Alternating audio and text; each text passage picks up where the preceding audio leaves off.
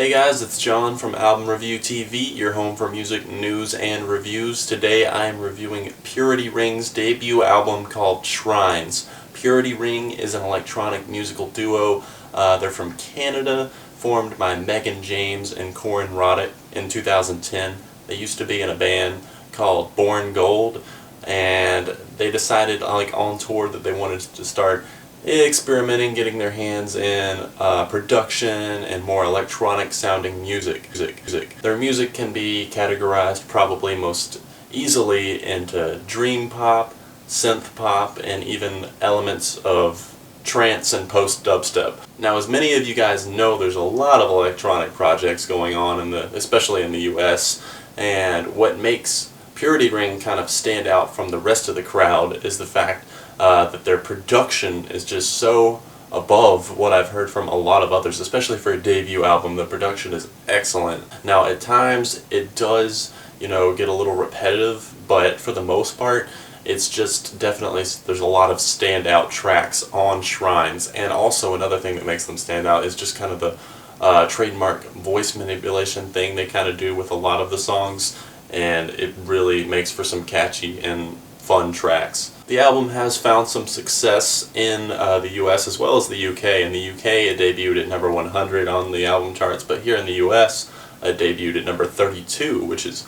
pretty good. I remember seeing the band on the iTunes charts back when the album was released back in July and not knowing who they were. 4 songs were released preceding the album, 2 of them being actual singles. Fine Shrine and Obadier. Obadier was the lead single from the album and the first song I ever heard from the band. Many of the songs on the album are combinations of multiple words, like you can see in the songs Fine Shrine, Crawlers Out, etc. The duo succeeds much more than it fails here on their debut LP, Shrines. A lot of what makes the duo great is that they don't feel the need to drag the songs out to these 6 or 7 minute songs like a lot of electronic projects do.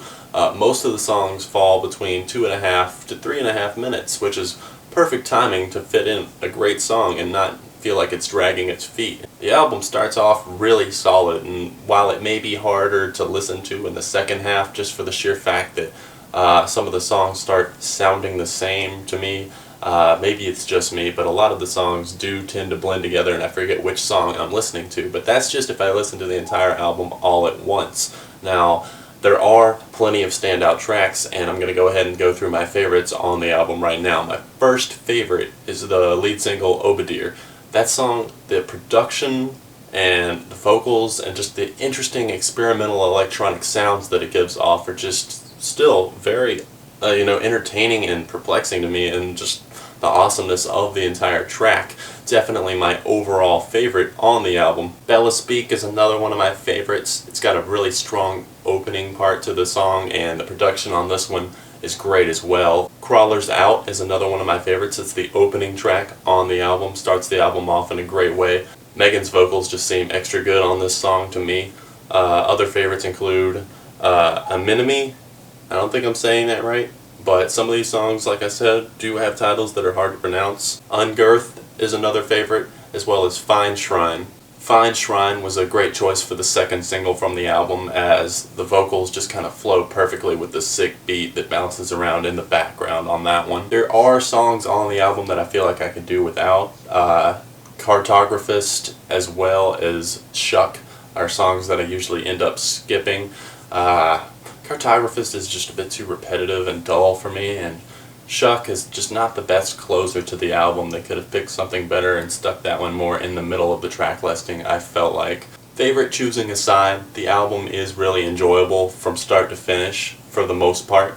It's a great album, I would say, to play while you're driving, while you're just laying in your bed trying to relax, really anywhere you pick. But it's definitely something to mellow out and relax to, and overall I really did enjoy this, with a few exceptions, but the Purity Ring duo did a great job with their debut LP. I feel like the album does have a shelf life to it, meaning I could see owners of the album coming back, revisiting this in the future several times. I could definitely see that happening for me personally.